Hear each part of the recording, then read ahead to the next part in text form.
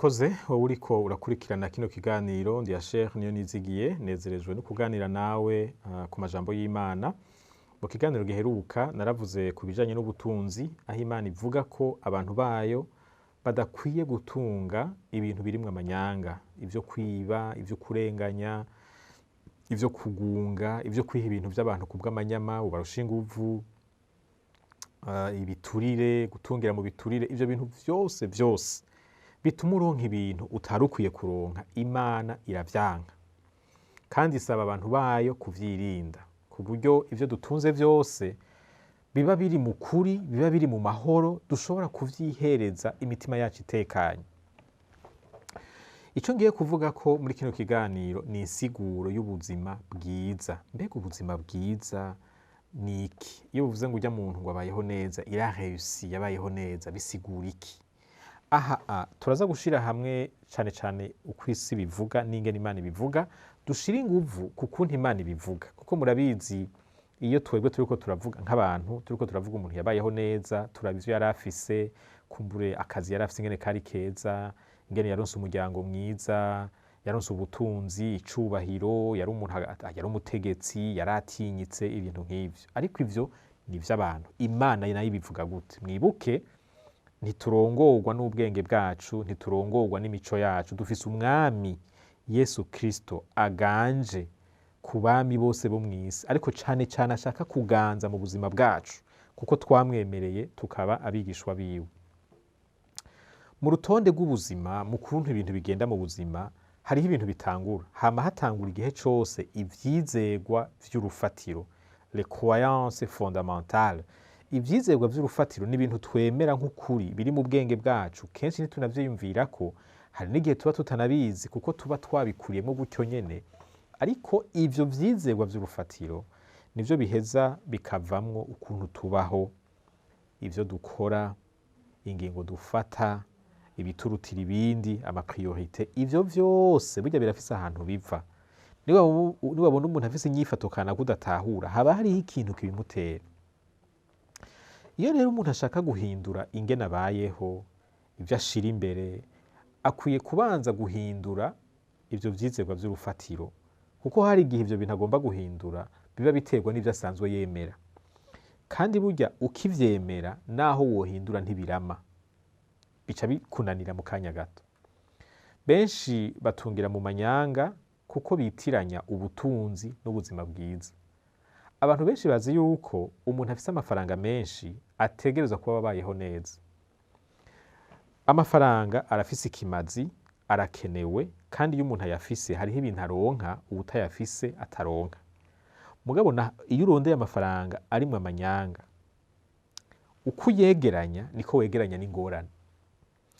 Iyo warenganije abantu, naho worahira muri sentare ukanabivuga ku maradiyo ko bakubeshera utigeze urenganya, wewe n'abo bantu warenganije nta numwe muba mubizi yuko warenganije. Kandi ubuzi ko ivyo uriko uravuga atari vyo, kuko ntushobora kubesha umutima wawe. Urashobora kubesha abandi bantu bose, ariko ntushobora kubesha umutima wawe.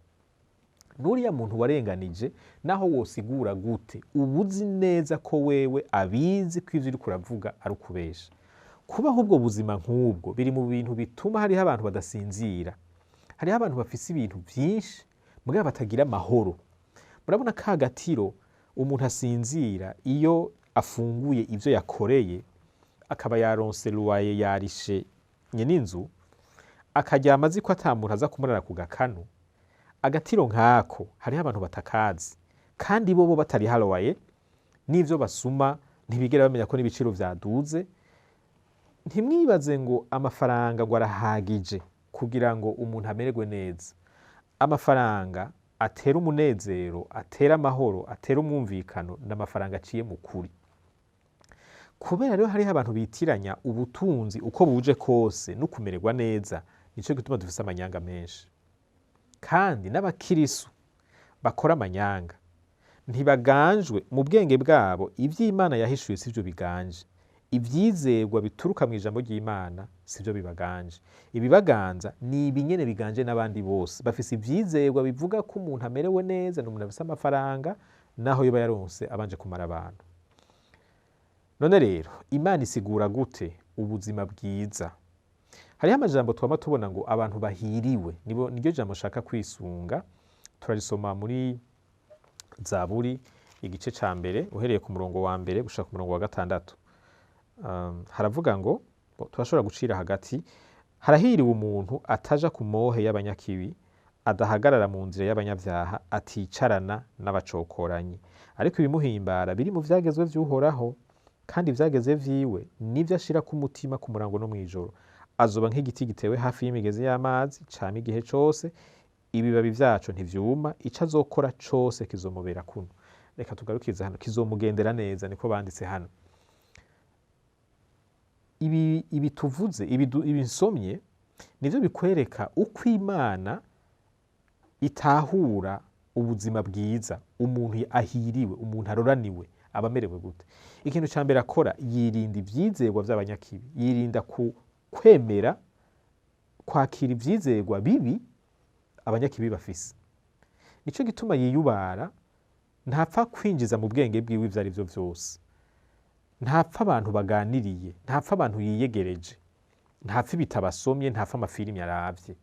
Kuko ikintu cyose kiza cinjira mu bwenge bwawe gifise ububasha bwo guhindura ivyizerwa vy'urufatiro. Nico gituma atari ibintu vyose dukwiye kwemerera, burya kuvuga ngo oya birakenewe mu buzima. Ahejeje kugara umuryango w'ubwenge bwiwe kugira ngo ivyizerwa vy'abanyakibi ntibimwinjiremwo, araheza akugurura ubwenge bwiwe, abwugururira ijambo ry'Imana, kandi ivyo akabikora ku munsi ku munsi. Reka tukiri hano ndagusabe usubiremwo ukuntu utunganya ubuzima bwawe, urondera umwanya wo kuba mw'ijambo ry'Imana ku munsi ku munsi. Iki si ikintu gito. Hariho ijambo Imana yari yaravuze ku barongozi b'Abisirayeli, yari yarabwiye Mose ngo ndazi yuko hazogera igihe bakagumuka bagasaba umwami, naho atari vyo nshaka. Nibaramuka basavye umwami, ngibi ibintu umwami akwiye kwitwararika. Kimwe muri ivyo kwari ukugira kopi y'ivyagezwe. Ico gihe vyari bigoye cane kuronka kopi y'ivyagezwe, si uyu munsi Bibiliya tuyironka vyoroshe. Umwami yategerezwa kugira kopi yiwe. Mu bisanzwe mu Bisirayeli, kopi yama mu rusengero yakoreshwa n'abaherezi gusa. Abashaka kumenya ivy'Imana yahishuriye Mose baza mu makoraniro mu rusengero bakavyumviririzaho. Nta muntu yabatunze kopi y'ivyanditswe. Ariko aravuga ngo umwami azayitunge, ayiheza ayisome ku munsi ku munsi. Niyabikora bikaganza ubwenge bwiwe, azoheza atunganya igihugu neza. Niyahirahira akavyirengagiza, agatangura kuza arumviriza ivyo Abamoni bavuga, bamwe basenga ibigirwamana bicuramye bavuga, hazogera igihe n'igihugu canyu gisamburwe n'ivyo bintu azoba yinjiyemo. Amahigwe ntabonekera mu vyo dufise, ahera mu vyizerwa bituganza. Kuko bijya dufise n'ingene tubironka bivana n'ivyo twizera. Reka tubandanye mu Banyefeso 2 ku murongo w'10. Ni ijambo riryoshe cane. Iri jambo ryo mu Baefeso riravuga riti, kuko turi biremwa vyayo, twaremewe muri Kristo Yesu ngo dukore ibikorwa vyiza, ivy'Imana yateguye kera ngo tubigenderemo. Iyi si ntitwayijeko nk'inyererezi. Iyi si ntituyiriko nk'abantu b'ivyaduka, Imana yasanze bavutse itazi ingene vyagenze. Tuyiriko nk'abantu bari mu mugambi w'Imana. Igihe cacu co kubaho hano Imana yaragishinze, kandi burya ivyacu ntibizoherera aha. Murabizi ko no mu nyuma y'urupfu hariho ubuzima. Ushaka rero kumenya ubuzima bwiza, nturaba ivyaha kw'isi gusa, urafatanya n'ivyo mu nyuma. Kubera iki? Mwese muremera yuko dufise imishaha idapfa, kandi ko hazobizuka. Bamwe bakazukira gucirwa urubanza no kumaramara, abandi bakazukira kuba mu bwiza n'Imana. Kandi ubwo buzima bwo mu nyuma y'urupfu ntibugira iherezo. Reka rero dufate umuntu yabaye hano ku isi imyaka 60, 70, 80, uwo twumva ko yaramvye cane. Murazi ko urengeje 80 akaja mu ijana, ubuzima buca butangura kugorana kuko umubiri wawe wamaze gusaza cane.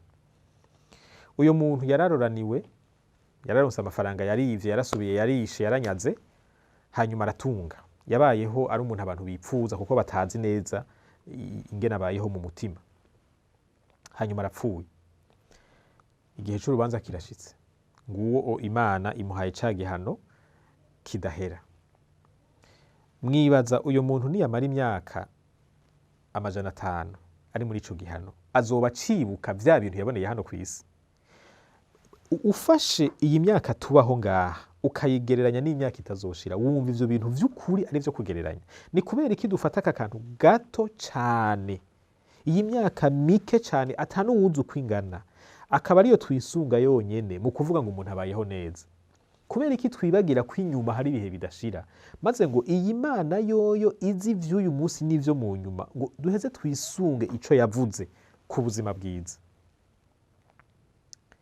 Nuko hariho ibintu Imana yaturemeye, ivyo bikorwa vyiza Imana yaturemeye, ababirimwo ababigenderamwo nibo vy'ukuri babayeho ubuzima bwiza. Kuko hariho umunsi w'urubanza, kandi uwo munsi w'urubanza duca tubandanya tuwusoma muri Matayo igice ca 25. Ni inkuru imeze nka ndende, turaza guhera ku murongo wa 20 dushike ku murongo wa 23. Havuga ngo uwari yahawe itaranto 5, niba abantu umutunzi yarafise amafaranga bafite itaranto, yabigaburiye abakozi biwe, aca afata urugendo, umwe amuha 5, uwundi 2, uwundi 1, hanyuma aragaruka. Agarutse rero aca avuga ngo nimumbarire rero ingene mwabigenjeje, nimuze mumbwire ico mwakoresheje bwa butunzi nabasigarana. Uwari yahawe itaranto 5 araza azana itaranto zindi 5, ati mugenzi, wari wansigaranye itaranto 5, ehe nungutsemwo izindi taranto 5. Shebuja aramubwira ati wagize neza muntu wanje mwiza wo kwizigirwa, wizigiwe kuri bike nzoguha kugaba vyinshi, injira mu munezero wa shobuja. Haza uwari yahawe taranto 2, ati mugenzi, wari wansigaranye taranto 2, ehe nungutsemwo izindi taranto 2. Shebuja aramubwira ati wagize neza muntu wanje mwiza wo kwizigirwa, wizigiwe kuri bike nzoguha kugaba vyinshi, injira mu munezero wa shobuja. Kandi haza uwahawe itaranto 1, ati mugenzi, nari nkuzi kuri umuntu w'ingare, wimbura ivyo utarimye, ukumakuma ivyo utasanzaje, ndatinya, ndagenda ndahisha itaranto yawe mu kuzimu, ehe ngibi ivyawe.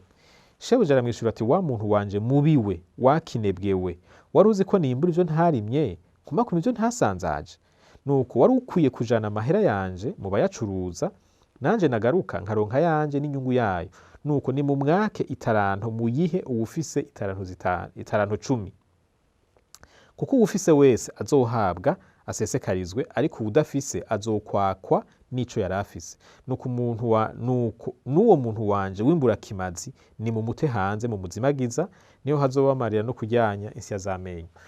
Mu majambo make ico nshaka kuvuga niki: ubu buzima turimwo hano ku isi hariho ibintu Imana itwitezeko, hariho impano Imana yaduhaye, hariho ingabire Imana yaduhaye, kandi burya ntiyaziduhaye kugira ngo twishime ku batazifise, ntiyaziduhaye kugira ngo twubake icubahiro cacu, twubake amazina yacu. Murazi yuko naho woyubaka tuzohereza mu kuzimu.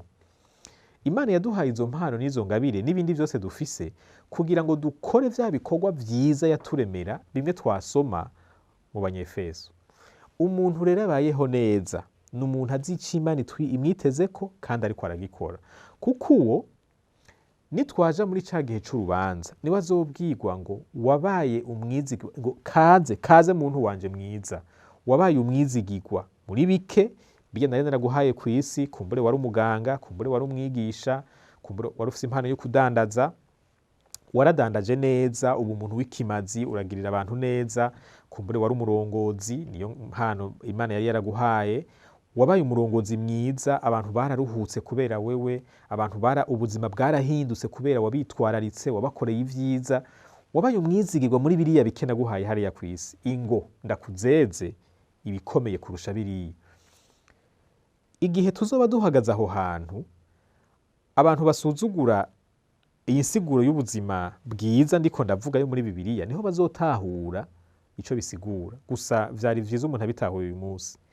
Umuntu ahashitse yari umutunzi karuhariwe ku isi, mbere washaka yaranatanga abantu bakamuvuga neza. Hariho n'abatunzi babikora kugira ngo bavugwe neza, bakabikora kubw'inyungu z'izina ryabo, batariko babikora kubw'inyungu z'ubwami bw'Imana. Yashika imbere bakamubwira bati wa muntu w'imbura kimaziwe, ni kubera iki? Ariko abantu bari bifitiye ibintu bike bisanzwe, bariko barabwirwa ngo muntu mwiza, wabaye umwizigirwa. Niho ubudasa hagati y'ubuzima bwiza nk'uko Imana ibivuga n'ubuzima bwiza nk'uko abantu babuvuga buzoca butugaragarira twese. Ikibazo ngira ndangirize ko, mbega wewe utahura ubuzima bwiza gute? Wahora ubutahura gute? Mbega ibi birivuga ubona ari kubayeho? Ubona kubaho neza ari ukuvyumva? Ndagusigaranyira ijambo, ndagusaba ngo ubandanye uririmbura ko mbere usome Bibiliya, usome n'ahandi hose hogufasha, mpwemu w'Imana abandanye agufasha, kuko ibi uvyakiriye nk'ukuri vyohindura ibintu vyinshi. Imana iguhezagire, wakoze gufata uyu mwanya, uzubane nanje no mu kiganiro kizokurikira.